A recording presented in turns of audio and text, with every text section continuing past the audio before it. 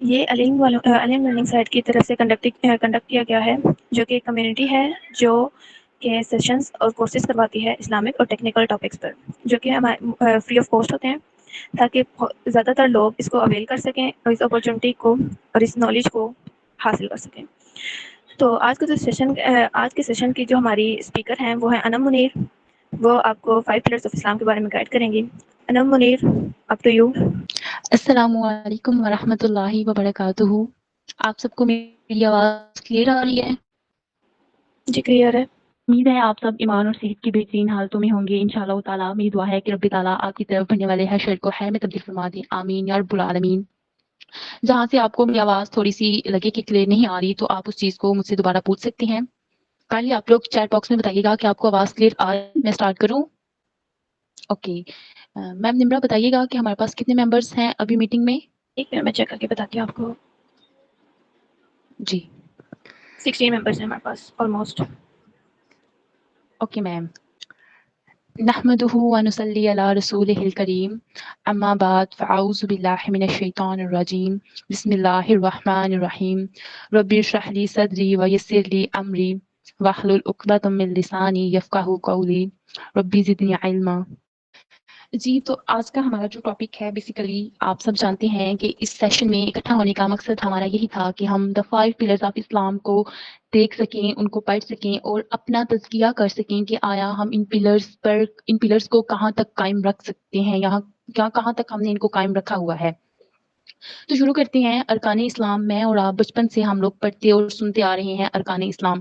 میرے خیال سے جب ہم پڑھتے تھے تو 5 کلاس سے ارکان اسلام ہم نے اپنی بکس میں پڑھنا شروع کر دیا ہے۔ اب تو ماشاءاللہ 7 کلاس کے بچوں کی بکس میں بھی یہ چیز آنا سٹارٹ ہو گئی ہے۔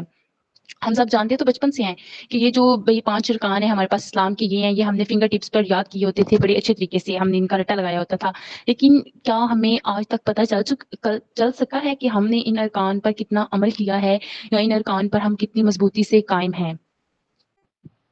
ارکان اسلام، رکن عربی زبان کا لفظ ہے جس کے معنی ہے ستون۔ یہاں تک کلیئر ہو گیا؟ ستون، ارکان، پلرز، رکن، یہ ساری ایک ہی زمرے میں ہمارے پاس چیزیں آتی ہیں۔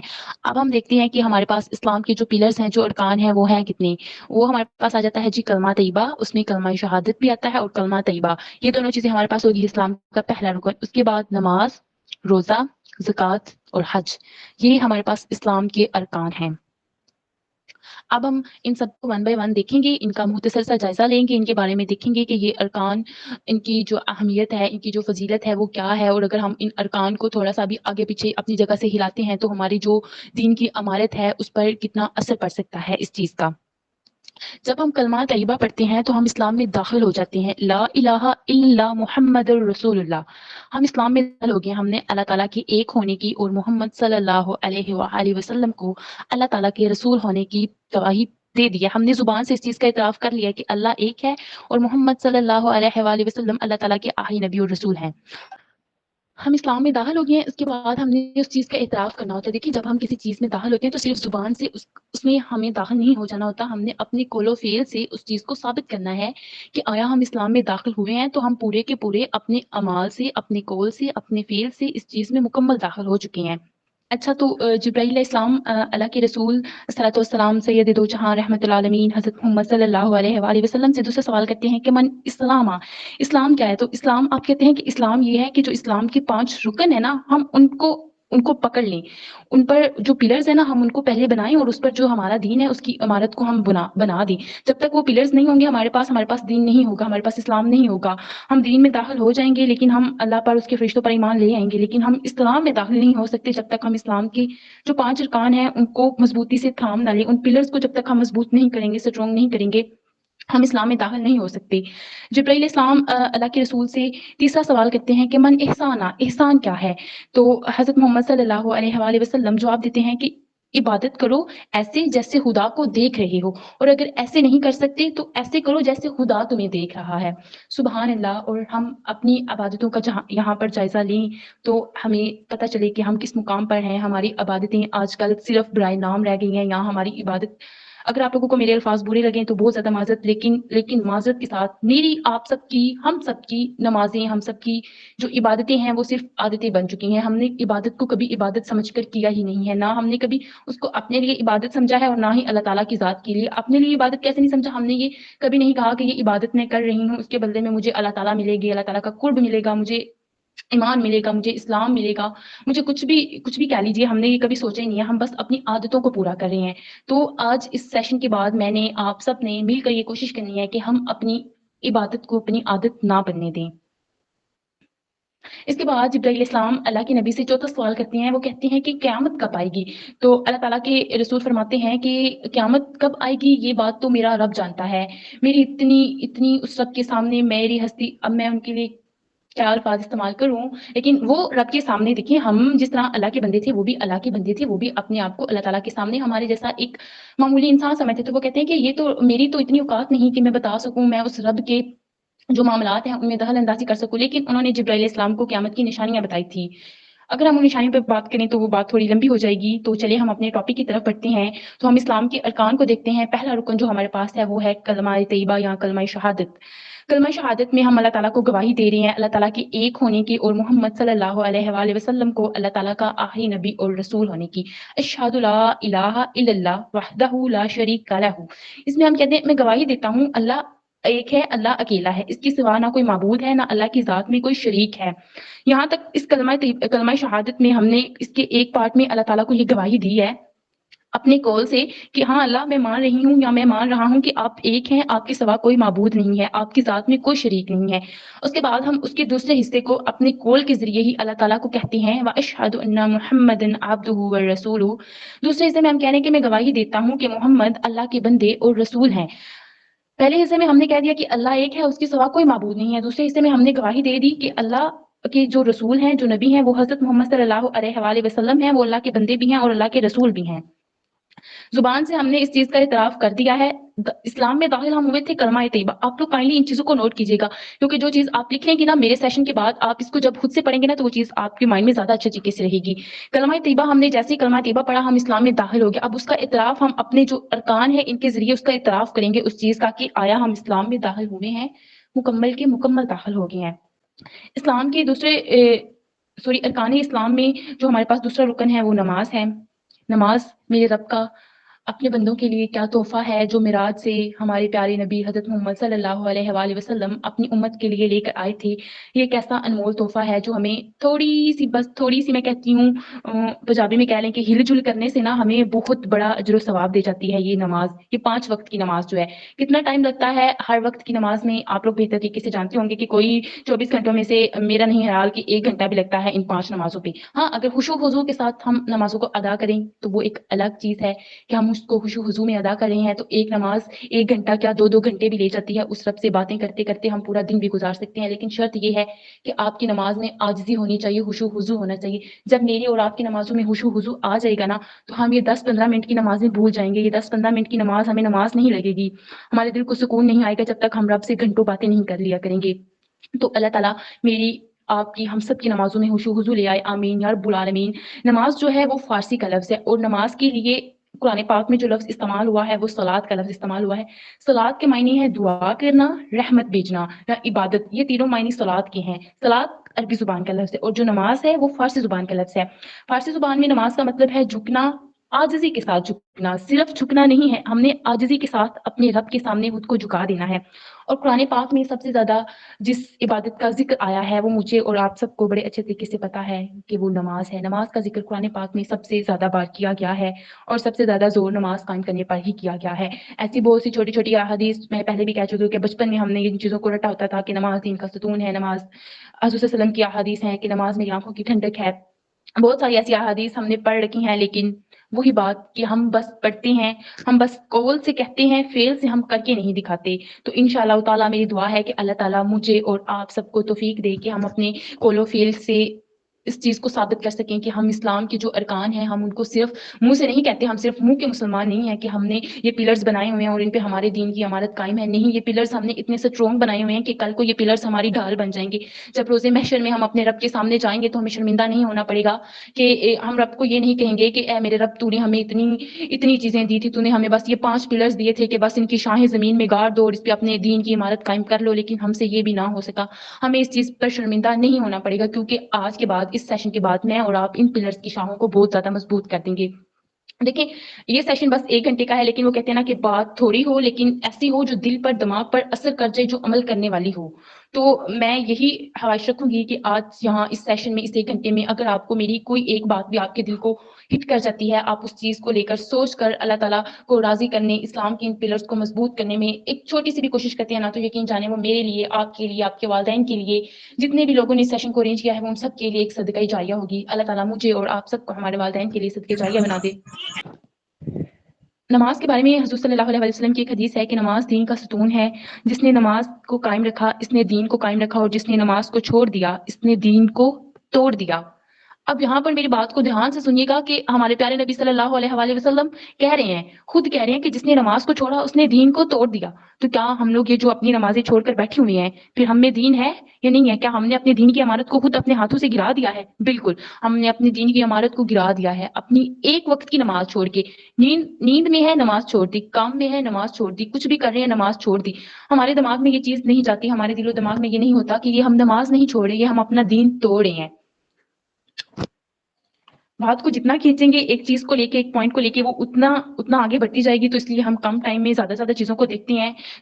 قرآن کریم میں اللہ تعالیٰ فرماتے ہیں، بے شک نماز مومنوں پر مقرر وقت، مقرر اوقات پر فرض کی گئی ہے، اور ہر نماز کا وقت دوسری نماز سے مختلف ہے. اسی طرح قرآن پاک میں بہت ساری جگہوں پر اللہ تعالیٰ نے فرمایا ہے، اقیم الصلاۃ، نماز قائم کرو. یہاں پر دیکھیے گا بچوں، اللہ تعالیٰ نے کہا ہے کہ نماز قائم کرو، نماز پڑھو نہیں. ہم لوگ نماز پڑھتے ہیں، لیکن اللہ تعالیٰ نے کہا ہے کہ نماز کو قائم کرنا ہے. قائم کب ہوگی نماز؟ جب ہماری نماز میں خشوع خضوع ہوگا، عاجزی انکساری ہوگی. جب ہم خشوع خضوع کے ساتھ وضو ہی کر لیں گے نا، صرف ایک وضو جو ہے وہ خشوع خضوع کے ساتھ کر لیں گے، تو نماز میں خود بخود خشوع اور خضوع آ جائے گا. یہ نماز تو میرے رب کا وہ تحفہ ہے کہ جس کی تعریفیں بیان کرنے لگوں نا، تو یقین جانے میں کہتی ہوں کہ میں اتنا بولوں یہ رات ختم ہو جائے، دن ختم ہو جائے، لیکن یہ جو نماز کی برکتیں ہیں، نماز کے جو فوائد ہیں، اس میں خشوع خضوع لانے سے جو ہمیں روحانی اثر، جو ہمیں فزیکلی جو اس کے فوائد ہیں، وہ ختم ہی نہ ہو. آج کل جو ہم سب ڈپریشن کے مریض بنے بیٹھے ہیں، اس کا بس ایک ہی علاج ہے کہ ہم سب اپنی نمازوں میں خشوع اور خضوع لے کر آ جائیں. یقین جانیے گا، ایک دن آپ لوگ خشوع خضوع کے ساتھ، غور و فکر کے ساتھ اپنے رب کی حمد و ثنا بیان کیجیے گا، دل سے یہ مان کر کے وہ رب مجھے دیکھ رہا ہے، یا میں اس رب کو دیکھ رہا ہوں، دیکھ رہی ہوں. تو یقین کریں آپ کا ڈپریشن ایسے دور ہوگا. کوئی بڑے سے بڑا ڈاکٹر بھی اس کو دور نہیں کر سکتا. میں تو کہتی ہوں کہ اللہ تعالیٰ کی ذات سے بڑا بھی بھلا کوئی ڈاکٹر ہے نہیں ہے، اس کے ذکر سے بڑی بھی کوئی دوا ہے نہیں ہے، بالکل بھی نہیں ہے. یہ ہم نے خود کو خود ہی اس چیز میں گرا رکھا ہے. اسی طرح ہمارے نبی صلی اللہ علیہ وآلہ وسلم کی ایک اور حدیث ہے کہ نماز مومنوں کی معراج ہے. واقعہ معراج مجھے اور آپ سب کو بڑے اچھے سے پتا ہے. جب ہمارے پیارے نبی حضرت محمد صلی اللہ علیہ وآلہ وسلم نے آسمانوں کی سیر کی، تو وہاں پر انہیں اپنی امت کے لیے نماز کا تحفہ دے کر بھیجا گیا. یہ ہمارے لیے تحفہ ہے، جو ہمیں آج بوجھ لگتا ہے، وہ ہمارے لیے تحفہ ہے. بیسیکلی وہ تحفہ تھا، اللہ تعالیٰ نے اپنے نبی کو اس کی امت کے لیے تحفہ دے کر بھیجا تھا. اب دیکھیں، جب حضور صلی اللہ علیہ وسلم معراج پر گئے تھے تو 50 نمازیں ملی تھی ان کو تحفے میں. مسلمانوں پر 50 نمازیں فرض کی گئی تھی. جب نبی صلی اللہ علیہ وآلہ وسلم آئے، سفر معراج سے واپس آئے، تو بہت پریشان کہ میری امت پر رب تعالیٰ نے اتنی نمازیں فرض کر دی ہیں، میری امت تو یہ کر ہی نہیں پائے گی، میری امت تو بہت نازک مزاج، جیسے کہ آج کل ہم لوگ ہیں، 5 نمازیں بھی ہم سے ادا نہیں ہوتی. تو حضور صلی اللہ علیہ وآلہ وسلم سرور دو جہان بہت زیادہ پریشان کہ یہ کیا ہوا 5 نمازیں. تو انہوں نے حضرت موسیٰ کے کہنے پر اللہ تعالیٰ سے گزارش کی کہ نہیں، میری امت پر یہ بہت بوجھ ہو جائے گا، تو آپ ان نمازوں کی تعداد کو کم کر دیں. نماز کا حکم ہو چکا تھا، اللہ تعالیٰ کے پاس 50 نمازیں لکھی جا چکی تھی. وہ اللہ نے فرشتوں کو حکم دے دیا تھا کہ 50 نمازیں لکھ دو، وہ میں نے محمد کی امت پر فرض کر دی ہیں. لیکن اپنے محمد کے کہنے پر اللہ تعالیٰ نے ان نمازوں کی تعداد کو کم کر دیا، اور وہ نمازیں 50 سے 5 پر آ گئی. آج اگر میں اور آپ 5 نمازیں ادا کرتے ہیں، تو وہ ہمیں 5 نہیں 50 نمازوں کا ثواب ملے گا، کیونکہ وہ 50 نمازوں کا حکم ہو چکا تھا. سبحان اللہ، میرے رب کی شان دیکھیں کہ اس کا بندہ تھوڑی سی محنت کرتا ہے اور وہ اس کی جھولی کو نیکیوں سے، اجر و ثواب سے بھر دیتا ہے. تھوڑی سی، وہ اللہ تعالیٰ کہتے ہیں نا کہ اگر میرا بندہ میری طرف 1 قدم چل کے آتا ہے تو میں اس کی طرف 10 قدم دوڑ کے جاتا ہوں. تو آپ نے یہ 1 قدم اللہ کی طرف بڑھانا ہے. میں بار بار آپ پر آپ کو اس چیز پر فوکس اس لیے کری کیونکہ نماز سے بڑی کوئی دولت نہیں ہے، کوئی دولت نہیں ہے۔ مجھے اور آپ سب کو یہ جو تحفہ ملا ہے نا، ہم نے اس کو ضائع نہیں کرنا، اور مجھے امید ہے کہ آپ سب لوگ بہت اچھے طریقے سے نماز پڑھتے ہوں گے، لیکن آج کے بعد ہم نے اس سے بھی زیادہ اچھے طریقے سے خشوع اور خضوع کے ساتھ نماز پڑھنی ہے۔ دیکھیے ہم پڑھ تو رہے ہوتے ہیں، بس آپ ایک چیز کو مائنڈ میں رکھا کریے کہ میں پڑھ تو رہی ہوں، میں پڑھ تو رہا ہوں، لیکن اگر میں اس کو تھوڑے سے خشوع وضو کے ساتھ پڑھ لوں گا نا تو یہ میرے لیے بھی ثواب بن جائے گا۔ یہ نہیں کہ ہماری وہ عبادت اللہ تعالیٰ کے ہاں قبول ہی نہ ہو اور ہم خود میں بڑے پارسا بنے رہیں کہ میں تو بڑا پارسا ہوں، میں تو بڑی نمازی ادا کرتا ہوں، لیکن وہ نماز ہماری اللہ کی بارگاہ میں قبول ہی نہ ہوئی ہو تو اس عبادت کا کوئی فائدہ نہیں ہے۔ وہی چیز کہ نماز میں بات کرنے بیٹھوں تو بولتے ہی چلی جاؤں۔ آپ کو بھی اگر موقع ملے تو اس نماز میں پڑھے جانے والے ایک ایک لفظ کی اگر میں تاثیر آپ کو بتاؤں، اس کی چاشنی میں آپ کھو جائیں گے، یقین جانیں آپ کا جائے نماز سے اٹھنے کا دل نہیں کرے گا۔ لیکن آگے بڑھتے ہیں، ہم اسلام کے تیسرے رکن کی طرف بڑھتے ہیں۔ ہمارے پاس تیسرا رکن ہے روزہ۔ روزے کو عربی زبان میں صوم کہتے ہیں۔ صوم کے معنی ہے رک جانا، اور جو روزے ہیں رمضان المبارک کے روزے محمد کی امت تمام مسلمانوں پر فرض قرار دیے گئے ہیں۔ یہ فرض ہیں، ہم نے اپنے فرض کو ہر حال میں پورا کرنا ہی ہوتا ہے۔ یہاں پر ایک چھوٹی سی حدیث سنتے چلے کہ روزہ ڈھال ہے۔ اب آپ سب نے سوچنا ہے، اس کی میں آپ کو نہیں بتاؤں گی اس کی ڈیٹیل، اس کی تشریح، آپ سب ذرا خود سوچیں کہ روزہ ڈھال ہے اور روزہ کس طرح سے ہماری ڈھال ہے۔ آپ کو خود سمجھ آ جائے گی کہ روزہ ہماری ڈھال ہے اور کس طرح سے ہے۔ اسی طرح حضور صلی اللہ علیہ وسلم کی ایک اور حدیث ہے، جو شخص ایمان کی حالت میں روزہ رکھتا ہے ثواب کی نیت سے، اس سے پہلے اس کے جو گناہ ہوتے ہیں وہ معاف کر دیے جاتے ہیں، لیکن شرط یہ ہے کہ ثواب کی نیت سے روزہ رکھا جائے۔ یہ نہیں کہ بھئی روزہ رکھ لیتا ہوں سو جاتا ہوں، روزہ رکھ لیتی ہوں سو جاتی ہوں۔ مما کہیں گے کہ بھئی میری بیٹی کا روزہ ہے تو اس کو کمرے میں سویا رہنے دے، کوئی اس کو تنگ نہیں کرے، میں نے کوئی سحری میں افطاری میں کوئی مدد نہیں کرنی، میں نے روزہ رکھا ہوا ہے، میں نے روزہ گھر والوں کے لیے رکھا ہوا ہے کہ اللہ تعالیٰ کے لیے رکھا ہوا ہے۔ اپنے لیے ثواب کی نیت سے اگر ہم روزہ رکھیں گے تو بھی ہمارے گناہ معاف ہوں گے۔ اور اسی طرح جنت کے 8 دروازے ہیں، جس میں ایک دروازے کا نام ریان ہے، اور اس میں صرف وہی لوگ گزریں گے جو روزے دار ہوں گے۔ تو یہاں پر اپنا تزکیہ کیجیے گا کہ ہم ریان سے گزر سکتے ہیں یا نہیں۔ میں اور آپ اس قابل ہیں کہ وہ دروازہ ہمیں اپنے اندر سے گزرنے کی اجازت دے دے۔ میرا رب کہے کہ وہ کہاں ہے میرے پیارے بندے، وہ یہاں آئیں اور جنت کے اس دروازے ریان سے لبیک کہتے ہوئے اندر داخل ہو آئیں۔ سب کہ آپ لوگ جاگ رہے ہیں، مجھے لگا یہ نہ ہو کہ آپ لوگ سو جائیں۔ اصل میں ہماری عادت ہے کہ ہم جہاں پر دین کی محفل ہوتی ہے وہاں پر بس ہم لوگ ایسے ہی ہوتے ہیں کہ جیسے ہم موجود تو ہیں، ہم فزیکلی تو ہیں لیکن مینٹلی ہم لوگ اس چیز کو سن نہیں رہے ہوتے، ہم اس کو فیل نہیں کر رہے ہوتے۔ میرے دل سے خواہش ہے کہ جس طرح آج کل کی جنریشن سانگس کو فیل کرتی ہے نا، اس طرح جہاں دین کی محفل ہونا، جہاں اللہ کا ذکر ہو رہا ہو، اس کو بھی فیل کرے۔ لیکن میں اور آپ سب تو یہاں پر بڑے اچھے طریقے سے اس چیز کو فیل کر رہے ہیں الحمدللہ سے۔ مجھے اور آپ سب کو بڑے اچھے طریقے سے اس چیز کی سمجھ بھی آ رہی ہے، اور اللہ تعالیٰ مجھے اور آپ سب کو رمضان المبارک کے روزے پوری ایمانداری کے ساتھ اور اچھی نیت کے ساتھ رکھنے کی توفیق عطا فرمائے۔ اور اب تو جیسے کہ ماشاءاللہ سے رمضان بہت قریب آ گیا ہے، اللہ تعالیٰ مجھے اور ہمارے پیاروں کو دوبارہ سے رمضان المبارک کے روزے رکھنا نصیب فرمائے، آمین یا رب العالمین۔ اور قرآن پاک کا نزول بھی رمضان المبارک میں ہی ہوا تھا، تراویح بھی رمضان المبارک میں ہی پڑھی جاتی ہیں، اور سب سے زیادہ عبادات جو کی جاتی ہیں وہ رمضان المبارک میں ہی کی جاتی ہیں۔ تو اس دفعہ ہم نے صرف نام کی عبادت نہیں کرنی، عادت والی عبادت نہیں کرنی، سچے دل سے آپ لوگوں نے عبادت کرنی ہے۔ آگے بڑھتے ہیں، ہم لوگ اسلام کے چوتھے رکن کو دیکھتے ہیں۔ چوتھا رکن ہے زکوٰۃ۔ زکوٰۃ کی لغوی معنی ہے پاک کرنا، اپنے مال کو پاک کرنا، اپنے مال میں برکت پیدا کرنا۔ جتنا خرچ کرو گے حقیقت میں وہ برکت ہوگی۔ آج کل ہم سب نے کیا بنایا ہوا ہے کہ بھئی یہ مال میرے ہاتھ سے جا رہا ہوتا ہے، اصل میں وہ آپ کے ہاتھ سے جا رہا نہیں ہوتا، وہ آپ کے ہاتھ میں آ رہا ہوتا ہے۔ کس صورت میں آ رہا ہوتا ہے؟ اچھے اجر و ثواب کی نیت سے اگر آپ اس چیز کو دے رہے ہیں تو وہ آپ کے نامہ اعمال میں اس سے کئی گنا زیادہ بڑھا کر لکھ دیا گیا ہوتا ہے۔ وہ جو آپ دے دیتے ہیں وہ بچ جاتا ہے، اور جو بچ جاتا ہے اصل میں وہ ضائع ہو جاتا ہے۔ اس سلسلے میں حضور صلی اللہ علیہ وسلم کی ایک حدیث پہ آپ لوگوں نے سن رکھی ہوگی کہ جب انہوں نے بکرا ذبح کیا تو انہوں نے کہا کہ سارے گاؤں میں آپ لوگ اس کو بھجوائیں گھروں میں۔ تو جب وہ گھر آئے تشریف لائے تو انہوں نے پوچھا تو بتایا گیا کہ اتنا بچ گیا ہے اور اتنا ہم نے دے دیا۔ تو آپ نے کہا کہ جو بچ گیا ہے وہ ضائع ہو گیا، اور جو دے دیا ہے وہ اصل میں وہ بچ گیا ہے۔ اس طرح جو زکوٰۃ ہے وہ صاحب استطاعت پر فرض ہے، اور یہاں پر آپ لوگ دیکھتے چلیے گا کہ صاحب استطاعت کون ہوگا۔ زکوٰۃ کا جو نصاب ہے وہ کیا ہے؟